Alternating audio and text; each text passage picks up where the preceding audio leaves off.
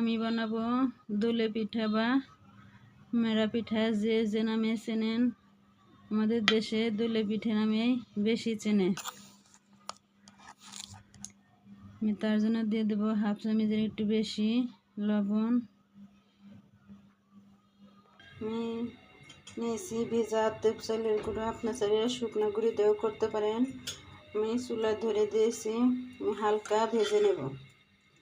নাড়াচাড়া করে 5 মিনিটের মতো একটু ভেজে নেব, তাহলে পিঠাটা অনেক নরম হবে, খেতে ভালো লাগবে। আমি 5 মিনিট ভেজে নিয়েছি, আমি এখন চুলা থেকে নামিয়ে নেব।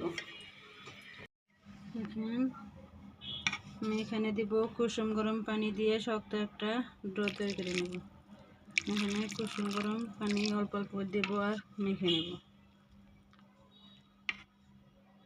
এখানে এরকম শক্ত একটা ডো তৈরি করে নিয়েছি, এখান থেকে আমি অল্প করে নেব আর হাতে এরকম করে গোল করে পিঠার শেপ দিয়ে নিয়ে নেব।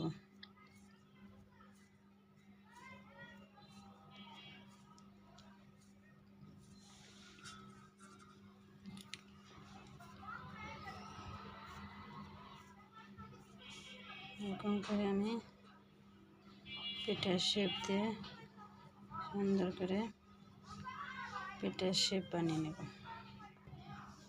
এরকম করে 2 হাতের ভিতরে নিয়ে এরকম করে পিঠা আপনারা বানিয়ে নেবেন। আমি এরকম করে সবগুলো পিঠা বানিয়ে নেব। দেখুন অল্প একটু করে নিয়ে এরকম করে 2 হাতে ঘুরিয়ে ঘুরিয়ে আমি পিঠাগুলো বানিয়ে নেব। এরকম করে শেপ দিয়ে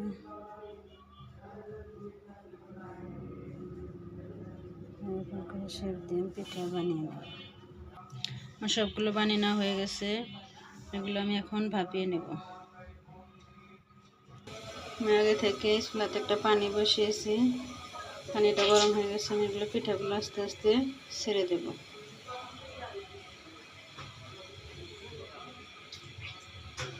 সবগুলো পিঠা এরকম করে দিয়ে দেবো। আমি সব পিঠে দিয়েছি, বলে বসে গেছে। আমি এখন ঢাকা দিয়ে চুলাটা লো আছে রেখে 10 মিনিট সিদ্ধ করে নেব।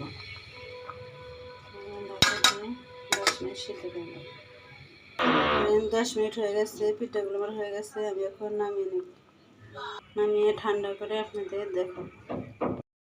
দেখেন আমি দুলে পিঠে ভালো করে করে ঠান্ডা করে নিয়েছি। দেখেন কত সুন্দর হয়েছে পিঠাগুলো।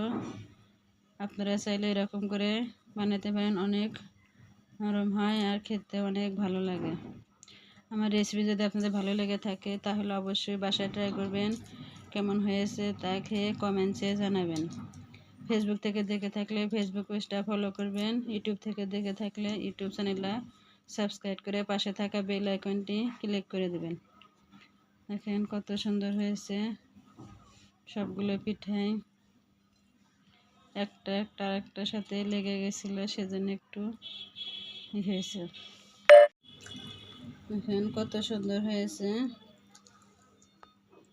আল্লাহ হাফেজ।